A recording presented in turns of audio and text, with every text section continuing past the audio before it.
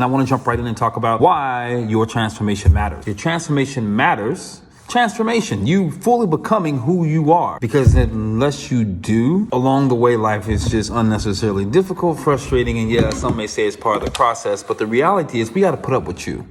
So your transformation matters because many of us run around in this life. I think they said the average emotional intelligence or average maturity of an adult stops somewhere around 12 to 14 years old. You don't quote me on it. You can go look it up. But when did yours stop? How emotionally mature are you actually? Not your age, because you're not. At what point did you just hit your emotional ceiling and then you go around still blaming other people for how you feel? Let me give you an example of what I'm talking about. If you still find yourself worried about what everybody else thinks, then you probably didn't make it out of high school. Emotionally maturity. I'm just saying. I had to address that within myself, believe it or not. I told you about that before, how I was being limited by something that happened to me in elementary school, just around looks and how shallow that was. But I had to get real. It impacted how I was showing up in life and limiting my opportunity to thrive in my career. Or if you find that you're still talking about haters, then you probably didn't make it out of high school emotionally either. Because people are going to like you. People are going to dislike you. Mature, healthy adults, I'm not belittling anyone, but a mature mind understands, yeah, that's just called part of living. Some people like apples, some people like oranges, but it doesn't make either one of them bad because everyone's entitled to their own opinion. When we look at our country, we're not even going down that road, but we do still see remnants of some of those things a lot.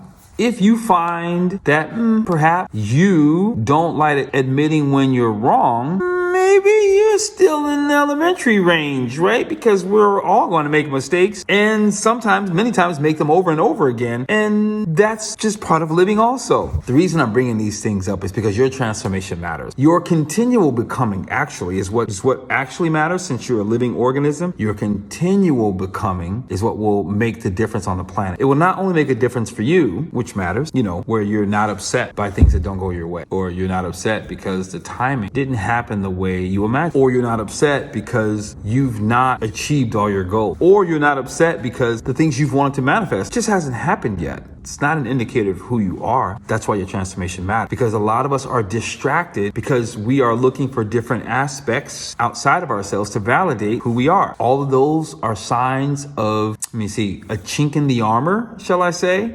Or maturity that it hasn't fully formed. Don't misunderstand me. I'm not claiming that I'm the most maturest man on the planet. I'm saying your transformation matters because when you don't show up in life with other people in relationships and communication fully ready or open, not easily offended, then you're able to really add value and we can move forward and we can build something. We can even heal and grow together. But if you're still showing up and things are still getting under your skin, still hindering you, then there's work to do. Yes, it's obvious, but there's work to do because it means you're not able to fully exist. You're not able to fully express. You don't have a full sense of peace. You don't have a full sense of freedom. You don't have a full sense of self. And all of those things limit how you show up, which then impact the quality of your life. And that really sucks. So yeah, your transformation matters because who you are is valuable. And we need you to experience the best versions of you. So the other side of it, where your transformation matters, so that we get to benefit. Because believe me, I learned how I sounded, shall I say, at one point when I used to live on the wheel of I must be right. I got a taste of my conversation a few different times of how I sounded and my arrogance, and it was startling. I began to take a seat back like, that's how I'm communicating to people, coming from that place of me needing to still be king of the mountain or right versus understanding I don't know everything. I don't have to know everything, and I don't have to know how to explain everything. That's when I began to go, wait a minute, Marquise. You're also feeling as a result of the need to be right, anxiety, frustration, anger, you want to separate from the space. All of these things that didn't make me feel good all went back to my need to want to be right.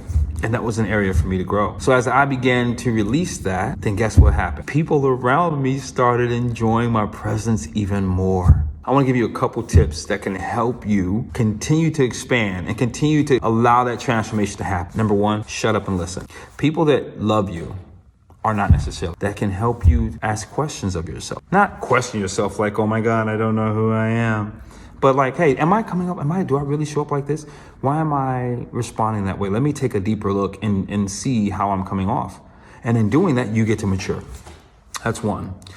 2, spend time reading, growing, developing. In this world of the information age, there are podcasts, there are YouTubes. There's no excuse for you not to get the information to develop the areas of your life that are still slightly less than mature than what you'd like for them to be. Number 3, get in community with other people. We can't live this life alone. You don't live this life alone.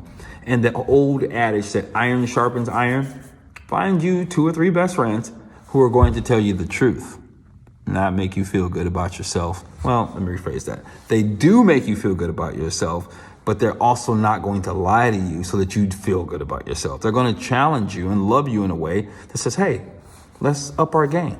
Let's take things higher. I know for me in my life, I've got some things that I've been wanting to develop. I've been wanting to step into from a business perspective. And I just felt like, man, I hit a wall. Stunk. And one of my buddies called me up and started talking about this cold shower thing. I was like, dude, leave me alone.